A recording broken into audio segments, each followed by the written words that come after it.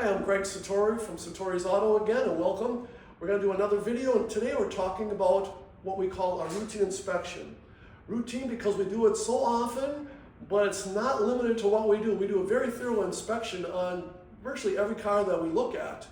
If we haven't seen it in a year's time, we'll do another routine inspection, or at every oil change we'll do a routine inspection. So follow me, let's go get a car and let's see what we all do. Okay, this morning we got a 2012 Toyota Prius. We're going to do an oil change on it, so we're going to do our routine inspection. We have done a routine inspection on this one in the past, but because it's due for an oil change, we're going to do it again, so come on along. Okay, we're in the car now, so we're going to start up, and let's first listen for any abnormalities. Didn't hear the engine run? This vehicle's a hybrid, so even though it says ready, like we can drive it, the engine did not start. It'll start eventually, but right now it's not. That's okay, we'll wait for it to start. In the meantime, look at the dash. There, the engine just started. We have the maintenance required light on, the tire pressure warning light is flashing. That tells me, yeah, the oil change is due by the maintenance required light. Also, that tire light flashing tells me that we probably have a faulty tire sensor. If your tire light ever comes on solid and doesn't flash at first, it's telling you your tire pressure is probably low on pressure. In the background, I can hear the engine run. It sounds great. I did not see any smoke out the tailpipe when I looked out the rearview mirror, so that's a good sign. Let's go take it for a ride and see what else we can find. Okay, we're accelerating down the road, and I'm listening for more engine troubles. I'm feeling how the transmission's shifting. Is it shifting smoothly? Is there any RPM flares? We're listening for any kind of rattles, clunks. I hear a dash or an interior rattle. I'm not too concerned about that, but it's things like that I'm listening for, any kind of abnormal noises.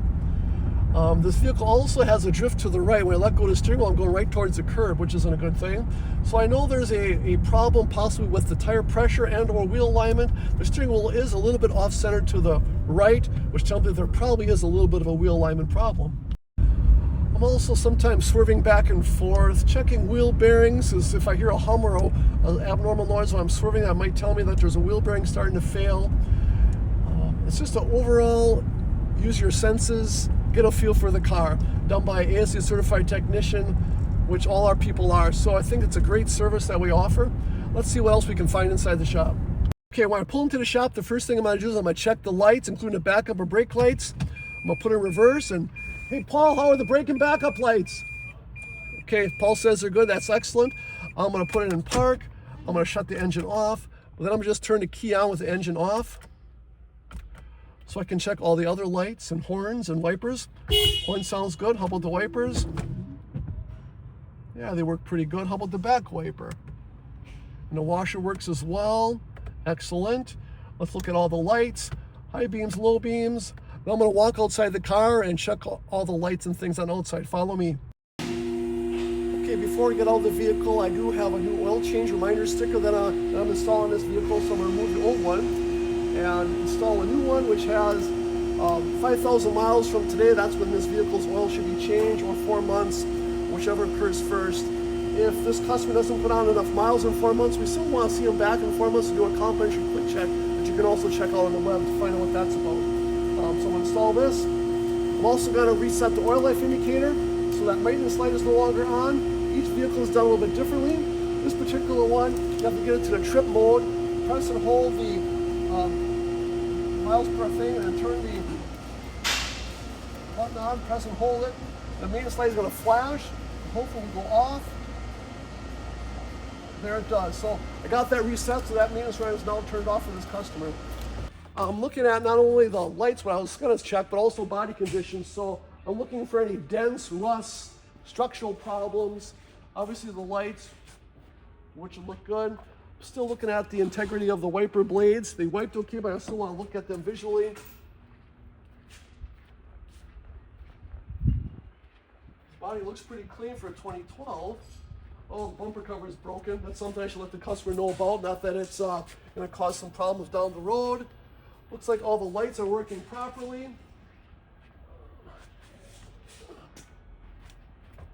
Yeah. The next thing we're going to check on a routine inspection is something called a cabin air filter. We also have a video on this if you want to check that out and get more of an explanation what a cabin air filter is. This particular vehicle is done back behind the dash. It's behind the glove box. I'm going to take that glove box out now and So I pulled the cabin air filter out of this car. It's pretty good yet. There's a little bit of debris. I'm gonna tap that out of there because it doesn't require replacing yet. If it was dirty, we'd replace it for this customer, or at least ask to get it replaced, but this one's pretty good. I'm gonna put it back. One of the most important things we check with our routine inspection is the health of the battery. We do this with the tester, a test for reserve capacitance of the battery, and we're gonna do that now. And it's a pretty quick check. This one's testing okay yet, but it could use a recharge. So also if a battery is over 5 years old, even if it's testing okay, we're gonna recommend replacement. So we like to look at the battery for date and ask the customer if we don't know a date. So again, batteries are super important. Okay, I'm next gonna check under the hood. I also want to first point out that no matter who does this type of inspection in the shop, everything's documented under our standard operating procedures. It's a detailed procedures on every single thing we do here. For this routine inspection, we have 30 different items that we check here. It's all documented, so I'm doing it in this order. So here we go. Okay, I got my gloves on now, so I'm gonna start checking some things under. But before I do that, I want to also look at the front wiper blades, just to make sure they're not torn. And these are in good condition yet. And they wiped well. Okay, let's look under the hood.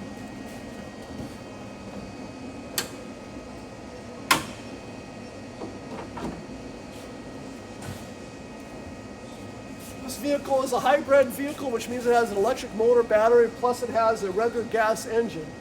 So all the things that gas engines have, this vehicle has, almost. I normally check the drive belt, but on this particular vehicle, it does not have a drive belt because the AC compressor on this model is electrically driven.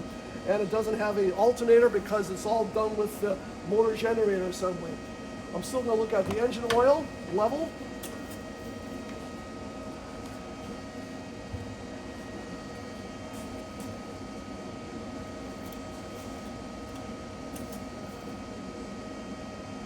You know, for having 5,000 miles, this oil's actually looking pretty clean and it's right at the right level. That's good. I'm going to look at all the other fluid levels right away. This has got a coolant bottle here for the hybrid vehicle. It's got brake fluid level over here. All look great. We got the engine coolant levels over here. That looks great. So there's two different cooling systems. One for the hybrid high voltage system, and others for the engine. We're going to look at the washer fluid level, which looks like it's great. I'm looking for any kind of fluid leakages. Anything on the engine that looks out of place at all. I don't see anything at all. Everything looks pretty good on this model. I'm going to look at the coolant hoses, make sure they're not dried out, they're not cracking, they're not bulging. They look all pretty good. I'm going to take the engine air filter out and look at that. So I'll be right back to you once I got that filter out. Many vehicles, the air filters aren't that easy to check, but this one is fairly easy, so I'm going to check it complimentary. And if I can see light through, which I can, and it's not terribly dirty, it's good to reuse again. So I'm going to put this back in. So as I lift up this vehicle, I'm also going to listen for things like body creaks or rust. Sometimes vehicles are so rusty that where we lift up the vehicles, it's collapsing.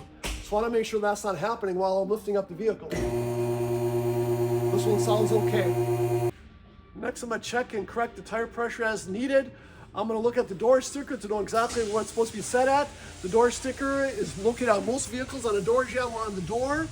And please refer to that if you want to know exactly what to set your tire pressure to. We'll top it off a little bit. Looks good. I'm going to do the other three. Okay, during this routine inspection, I'm checking everything I possibly can look at without taking a lot of things apart. And in our standard operating procedures, we're talking about checking struts, springs, brakes, all kinds of things. So I'm looking up here, are there any broken springs? What's going on here? Looks like we got some protective boots that's dilapidating here. Not a critical thing, but I'm gonna let the customer know about it. Some dirt can get in here by the shock.